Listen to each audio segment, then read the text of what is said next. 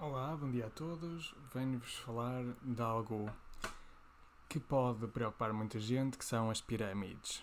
Mas como assim as pirâmides? Bom, venho-vos falar de esquemas financeiros em pirâmide e outros tipos de esquemas financeiros também, e que se nós não tivermos cuidado podemos cair neles.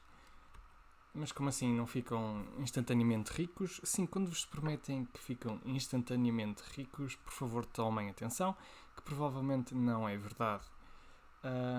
E o que é que têm em comum estas duas pessoas? Bom, uma delas é portuguesa e a outra delas é americana, e ambos estão envolvidos em esquemas financeiros. A primeira prometia 10% de juros ao mês, que dava o equivalente a 120% ao ano, e o segundo prometia o equivalente ao retorno do mercado. Ou seja, esta senhora prometia que vocês punham 1000 € e ao fim do mês tinham mais 100 €, sempre, continuamente. E este senhor prometia meramente o retorno do mercado. E ambos eram esquemas financeiros, e obviamente o segundo acaba por ser muito mais perigoso que o primeiro, porque uma pessoa não pode perceber-se logo de que algo está errado. Então, o que é que são esquemas financeiros? Bom, são esquemas que iludem os investidores para retornos altos ou seguros, quando na realidade não são meramente truques para ficar com o dinheiro investido. São esquemas para roubar. A primeira senhora chama-se Dona Branca, era um esquema financeiro português desta senhora, nos anos 80, em que as pessoas depositavam o seu dinheiro e no seu banco privado dela, assim um bocado manhoso, dúbio, mas várias pessoas, inclusive várias pessoas educadas, investiam lá e tinham o seu retorno mensal de 10%. O que ela fazia era meramente um esquema em pirâmide, em que os investidores que acabavam de entrar investiam 1000 € e esses 1000 € eram usados para pagar os juros aos investidores que já lá estavam. Ou seja, esses 1000 € davam para pagar os 10% a outros 10 investidores. Claro que tudo isto tem um limite e rapidamente se pode chegar a um número que é insustentável, como aconteceu com esta senhora. Este senhor Bernie Madoff, que fez um grande esquema financeiro com roubos a atingir os quase 40 bilhões de dólares americanos, e o que ele fazia era algo assustador, que era, prometia o retorno do mercado, ou seja, uma pessoa investia lá, ele dizia que comprava ações e fundos e que davam um retorno de 6 a 7% ao ano. Como tinha um retorno que prometia que era tão baixo, as pessoas não duvidavam que isto pudesse ser um esquema financeiro. Na realidade, ele pegava o dinheiro, não chegava a investir, dava 6 a 7% aos investidores e ia acumulando outro dinheiro e usando para ele ou então para outros investidores. Quando se aperceberam de que todo o dinheiro que estava investido não estava investido na realidade nesses fundos, e eles aperceberam-se disso porque após uma análise de entidades externas viram que o que ele dizia que investia na realidade não tinha dado isso naquele ano, portanto era impossível ele ter tido mesmo um retorno de 6%, e pronto, foi condenada à prisão perpétua. A Dona Branca também teve acho que 25 anos de prisão e foi a última prisioneira numa prisão de mineiros em Lisboa.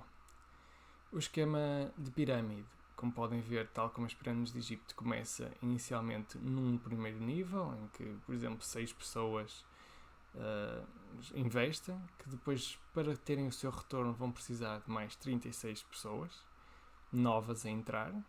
Essas 36 pessoas, para terem o seu retorno, ou seja, receberem os 10% ao ano, vão precisar de mais 216 pessoas a investir no mês a seguir. Essas 216 mais estas, ou seja, isto tudo no total, vão precisar de 1296 para o retorno no mês a seguir.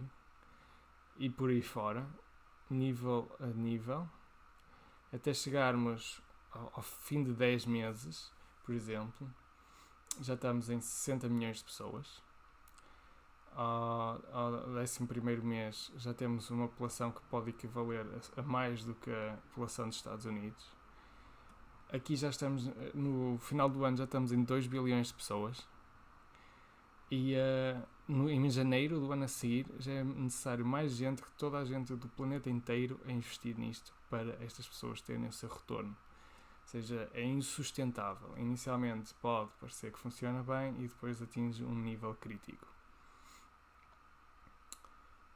No caso do Bernie Madoff, foi mais fácil porque as pessoas investiam muito e o retorno não era assim tão grande, então ele conseguia que isto durasse mais. Claro que isto leva a desastres financeiros e a uma perda dos bens e do seu dinheiro permanente. Não há maneira de recuperar isto. Portanto, é preciso ter muita atenção em que entidades financeiras investe e no que investe, e para isso é preciso educação. Não há outra forma. Isto começou há muito tempo atrás, mas ficou famoso por causa do Sr. Ponzi, daí ser chamado um Ponzi Scheme. Como vos expliquei inicialmente, há um grupo de investidores que se promete um retorno elevado, mas é abastecido por este grupo de pessoas que vão entrando. Claro que nos primeiros meses funciona e depois colapsa.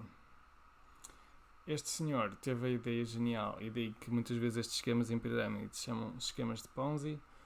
Ele teve a ideia genial de usar uma espécie de cupão postal que se usava antigamente entre os países, em que funcionava da seguinte forma: como o preço da moeda, o valor da moeda em Itália durante a Segunda Guerra tinha ficado muito desvalorizado em relação ao dólar, ele podia comprar estes cupões internacionais em Itália e depois podia fazer com que estes cupões fossem trocados nos Estados Unidos pelo valor que eles diziam valer. Ou seja, ele comprava em Itália ao valor de, imaginemos, $2, mas em Itália, e conseguia vender este mesmo cupão nos Estados Unidos por $20. Ficava com um lucro de $18. Claro que isto funcionaria bem, só que ele incentivou os investidores a entrar neste esquema, mas ele nunca chegou a comprar nada em Itália. Rapidamente se apercebeu de que não era possível o retorno que ele estava a prometer, então ele meramente usava o dinheiro dos investidores que estavam a entrar para pagar aos investidores iniciais, num ciclo que rapidamente se tornou insustentável. Claro que isto pode levar a crises, e quando os bancos e instituições financeiras se metem neste tipo de esquemas, acaba por destruir riqueza e perder a confiança no sistema financeiro. Portanto, não caiam nisto, são esquemas para roubar. Se a promessa for demasiado boa ou não for consistente, tem que se evitar ao máximo.